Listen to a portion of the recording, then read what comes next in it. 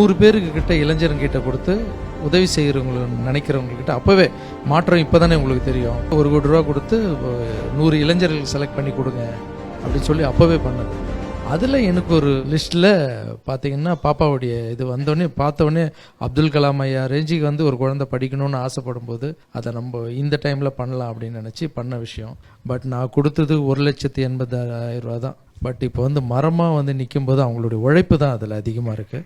So அவங்க உழைப்புக்கு நான் வந்து மரியாதை. இப்போது நான் கொடுத்து அவங்களுக்கு உதவி செஞ்சேன்னு சொல்கிறத விட அவங்க இங்கே உருவாகி வந்து இங்கே உக்காந்து எனக்கு மதிப்பு சேர்க்குறாங்க ஆக்சுவலி. கண்டிப்பாக master. So thank you sister, thank you so much. இன்னும் நிறைய விஷயங்களை நீங்கள் வந்து அடையணும். நீங்களும் ஒரு அப்துல் கலாம் ஐயாவாக மாறி இந்த நாட்டுக்கு நிறைய சேவை பண்ணணும்னு நான் உணர்கிற ராகவேந்திர சாமி. கண்டிப்பா அண்ணா. சொல்லுங்க Udhaya Kiruthiga, how proud you feeling now? எல்லாருக்கும் வணக்கம். இந்த ஆப்பர்ச்சுனிட்டியை எனக்கு தந்த பெஹன்வுட்ஸுக்கு ரொம்ப நன்றி சார். இது ஆல்மோஸ்ட் 10 வருஷம் ஆச்சு. அகெயின் மாஸ்டரோட அண்ணாவோட ஒரு இன்டர்வியூவில் உட்காந்துருக்கிறப்போ ரொம்ப சந்தோஷமாக இருக்குது சார். எனக்கு ஒரு சரியான நேரத்தில் நான் சொன்ன மாதிரி specialised technician of aircraft maintenance engineering படிக்க எனக்கு யுக்ரைனில் சான்ஸ் கிடச்சிது. என்னுடைய ஃபேமிலி அம்மா அப்பா 2 பேருமே தினக்கூலி வேலைக்கு போயிட்டு இருந்தாங்க. எனக்கு விண்வெளி வீரர் ஆகணும்னு ஒரு பெரிய கனவு. அப்போ இந்த ஆப்பர்ச்சுனிட்டி கிடைச்சப்ப ரொம்ப பொருளாதார ரீதியாக கஷ்டப்பட்டு எங்கே உதவிக்கு நமக்கு கிடைக்கும் அப்படின்னு அலைஞ்சிட்டு இருந்தோம். அப்போ தான் அண்ணா வந்து அறம் செய்ய விரும்ப அப்படின்ற ஒரு திட்டத்தை ஆரம்பிச்சிருந்தாங்க. என்னுடைய ஃபைல் போயிடுச்சுன்னு தெரிஞ்சோடனே டேரெக்டாக என்னுடைய ஃபைல் வாங்கி என்னோடய கேஸ் பற்றி ரிசர்ச் பண்ணி இது வந்து ஜென்யூனானது அப்படின்னு தெரிஞ்சதுக்கப்புறம் டேரெக்டாக என்னை இன்வைட் பண்ணி ஒரு இன்டர்வியூ எடுத்து எனக்கு அந்த உதவியை கையில் தந்தாங்க. உண்மையில அந்த உதவியை நான் மறக்கவே மாட்டேங்கன்னா ரொம்ப நன்றி.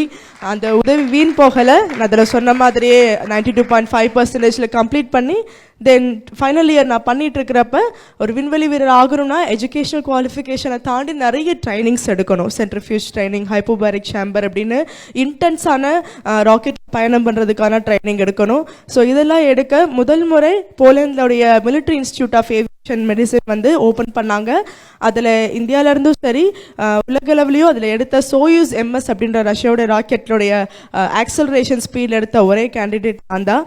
அதை சக்ஸஸ்ஃபுல்லாக அங்கே கம்ப்ளீட் பண்ணேன். அது முடிச்சுட்டு 10 விதமான விண்வெளி வீரர் ஆகிறதுக்கான பயிற்சி அங்கே முடிச்சுட்டு 11வது பயிற்சி ஒரு பைலட்டாக நம்ம இருக்கணும். ஸோ பைலட் ட்ரைனிங்கை இப்போ சவுத் ஆஃப்ரிக்கா போய் அங்கே ஜோஹனஸ்பர்கில் சக்ஸஸ்ஃபுல்லாக கம்ப்ளீட் பண்ணி நான் ரிட்டர்ன் வந்திருக்கிறேன். இதெல்லாம் ஒரு 9 வருடத்துக்கு முன்பாக ஆரம்பித்த ஒரு பயணம். இன்னைக்கு வந்து நமக்கு தெரியும் இந்தியாவிலேருந்து விண்வெளி வீரர்கள் அனுப்புறதுக்கு அவங்க ஆரம்பிச்சிருக்கிறாங்க. அடுத்தவங்க சிவிலியன் மிஷன் கொண்டு வரப்ப நான் இந்த தகுதிகள் எல்லாம் நல்லபடியாக முடிச்சு ரெடியாக இருப்பேன் அப்படின்னு அப்படின்றதுல தான் அந்த கடைசி ட்ரைனிங் பைலட் ட்ரைனிங் நான் முடிச்சுட்டு வந்திருக்கிறேன்.